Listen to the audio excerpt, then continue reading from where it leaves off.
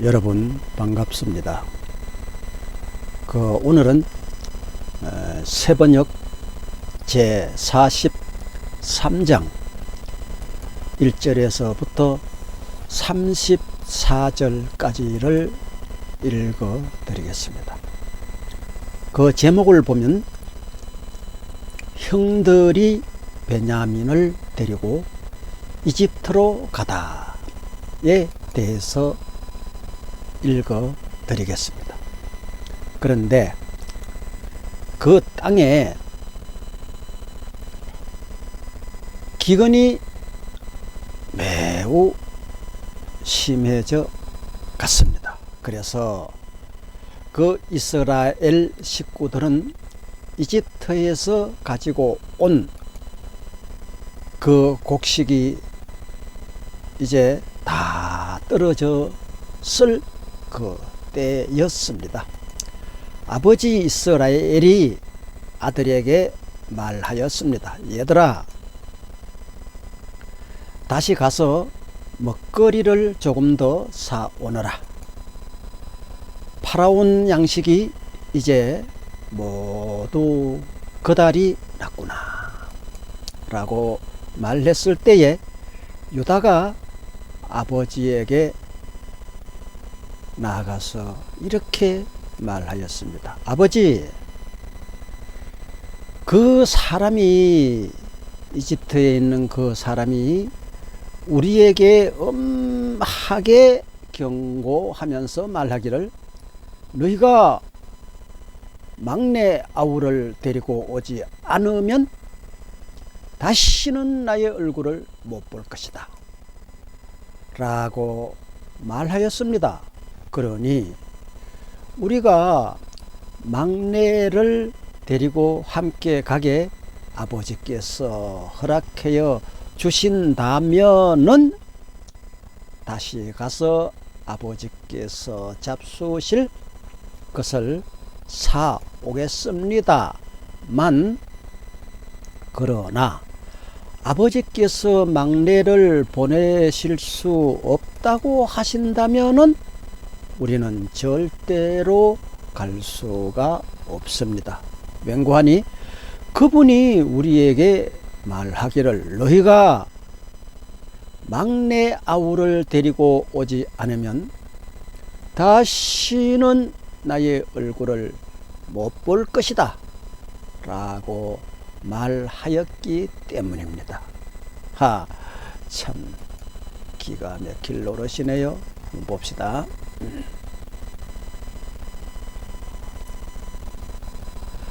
자, 이리하여 이스라엘이 그 말을 듣고 자식들을 탓하였습니다. 이아이 이놈들아, 너희는 도대체 어찌하려고 아우가 있다는 말을 괜시리 그 사람에게 해서리 나를 이렇게도 괴롭히고 있느냐? 어이? 내 복장 터진다 이놈들아 하고 이스라엘이 말했을 때에 그 아들들이 이렇게 대답을 하였습니다. 그 사람은요, 우리와 함께 가족에 관하여서 아주 세세히 낱낱이 캐물었습니다. 너희 아버지가 지금 살아 계시냐? 하고 묻기도 하고, 또 다른 형제가 더 있느냐? 하고 묻기도 하였습니다. 그러니 우리가 어찌 그가 묻는 대로 그 사람에게 대답을 하지 않을 수 있었겠습니까? 우리가 어찌 앞으로 되어질 일을 내다볼 그런 해안이 우리에게 있었겠습니까? 그가 우리의 아우를 거리로 데리고 오라고 말할 것이라고는 누가 감히 알았겠습니까? 그러니 그럴 일은 전혀 상상도 하지 못하였고 예측 못했습니다. 정말 우리들은 앞을 내다보지 못했습니다, 아버지. 그러면서 유다가 아버지 이스라엘에게 다시 말하였습니다. 아버지, 그러지 말고요, 제가 막내를 데리고 가게 해 주십시오, 제발. 그러면 우리가 곧 떠나겠습니다. 만 그렇게 하여야 우리도 살고 아버지도 사시고 우리 어린 것들도 죽지 않고 살 수 있을 것이 아닙니까? 이 말입니다. 네. 제가 그 아이의 안전을 전적으로 책임을 지겠습니다. 만약 아버지께서는 무슨 일이 일어나면 그 아이에 대해서는 저에게 책임을 물어 주십시오. 제가 그 아이를 아버지께로 반드시 다시 데리고 와서 아버지 앞에 세우지 못한다면 그 죄를 제가 평생을 달게 받으면서 일생을 아버지 앞에서 그 죄의 대가를 받으면서 살아가겠습니다. 우리가 이렇게 머뭇거리고 있지 않았더라면 벌써 2번도 더 다녀왔을 것입니다. 그렇지 않습니까, 아버지? 이렇게 말했을 때에 아버지 이스라엘이 아들들에게 말하였습니다. 그래, 그만, 알았다.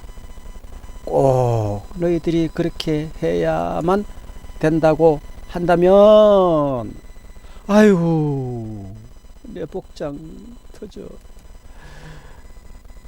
그러면 고마, 그렇게 하도록 하자. 이 땅에서 나는 것 가운데 그 대신 가장 좋은 토산물을 너희는 그릇에 담아 가지고 가서 그 사람에게 선물을 드리도록 하여라. 누구라도 내 물에는 항상 약하느니라. 자, 이렇게 말하고 나서 물품을 챙깁니다.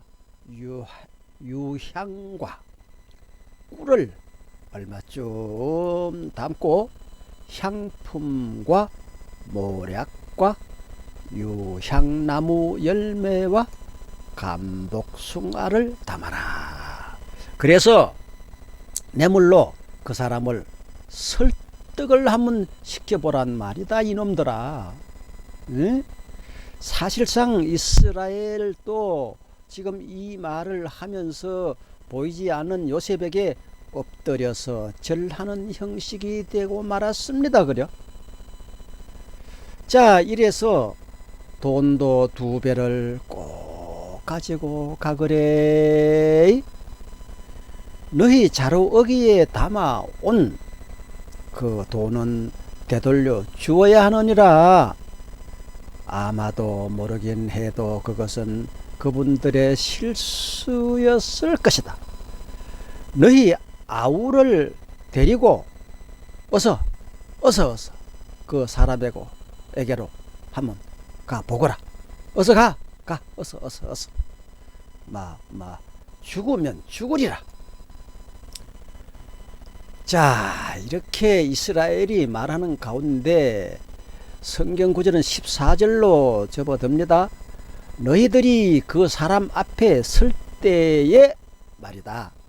전능하신 하나님이, 능력의 하나님이 그 사람을 감동시키셔서 너희에게 자비를 베풀게 해 주시기를 나는 다만 빌 뿐이다.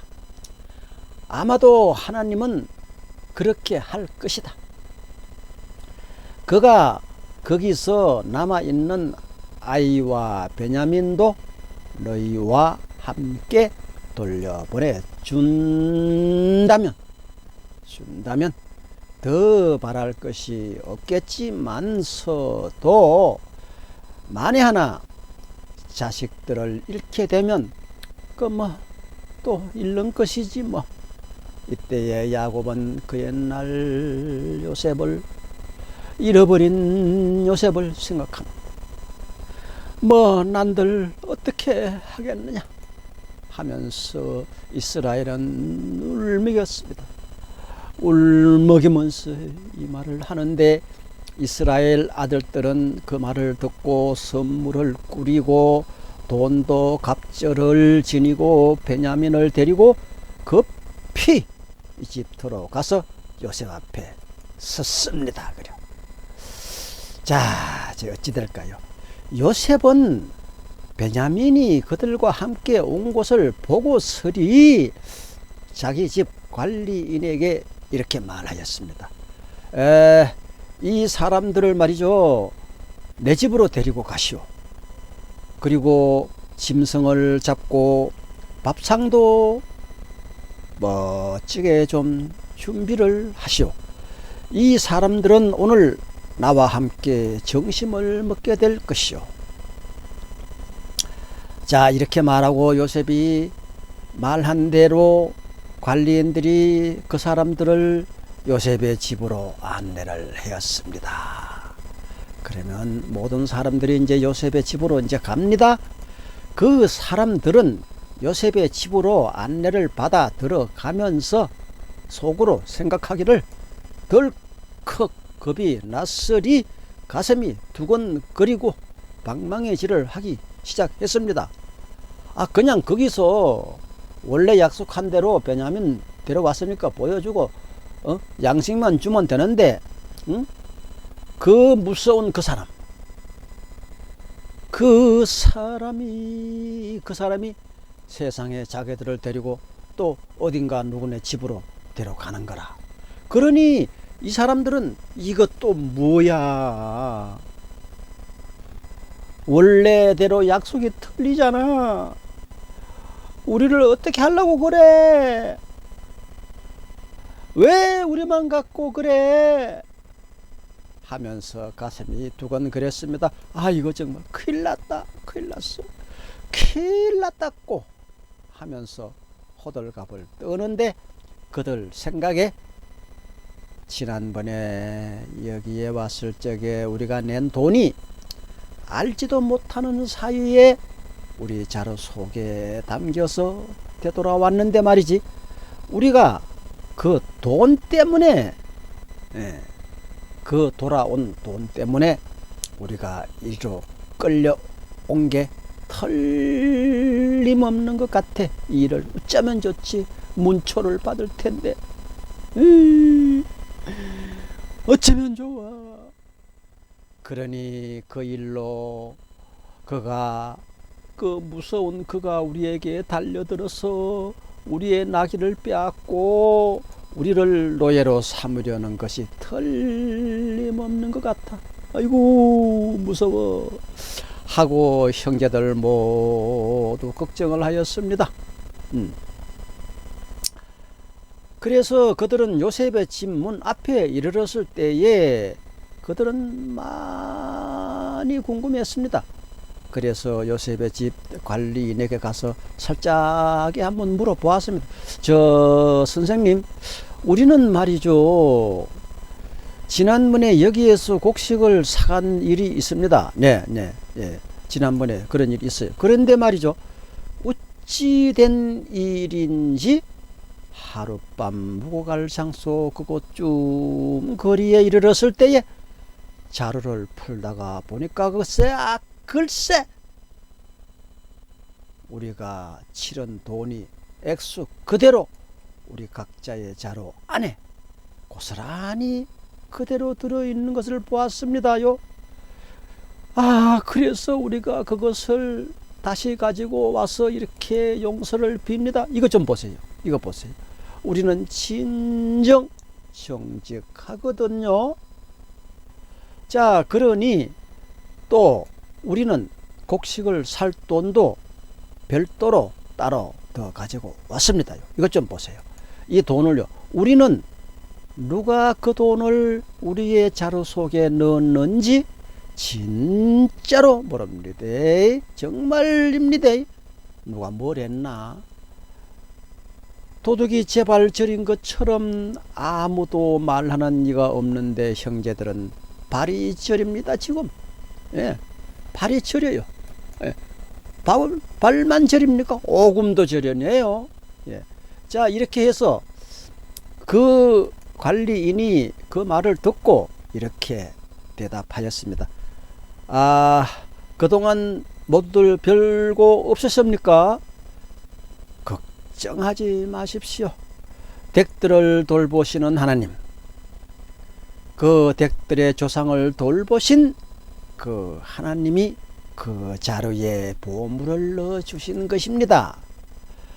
자, 그러니 나는 댁들이 지금 이렇게 나에게 준 이 돈을 지금 잘 받았습니다.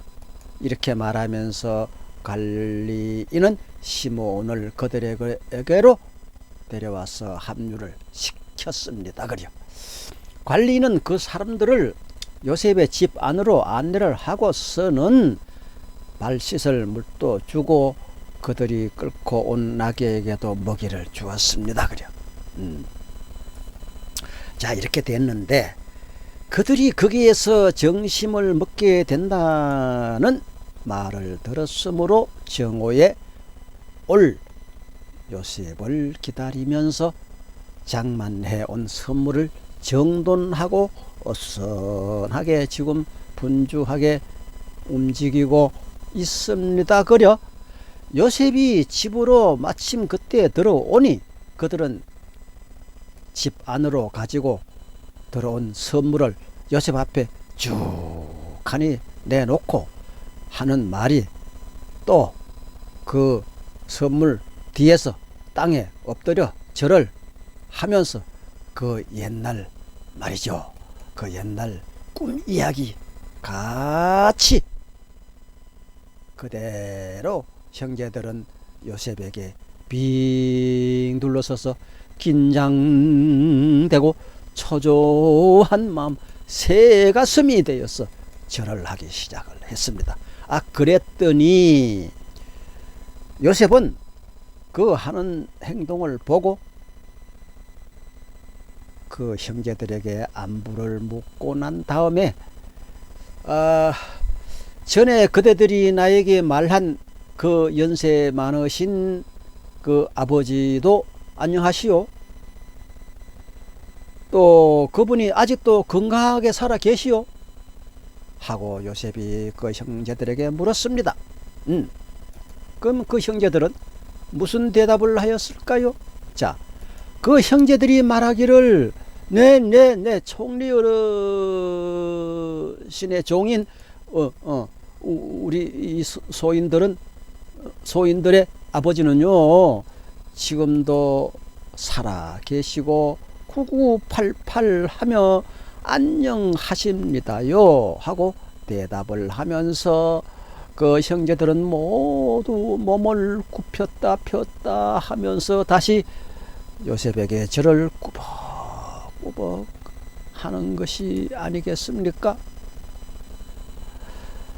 요셉이 모두 그들이 하는 행동을 둘러보다가 그 옛날 꿈 이야기가 생각이 나서 자기의 친어머니의 아들인 요셉의 친동생인 그 바로 베냐민을 또 보면서 이 아이가 지난번에 그대들이 나에게 말한 바로 그 막내 아우가 맞소?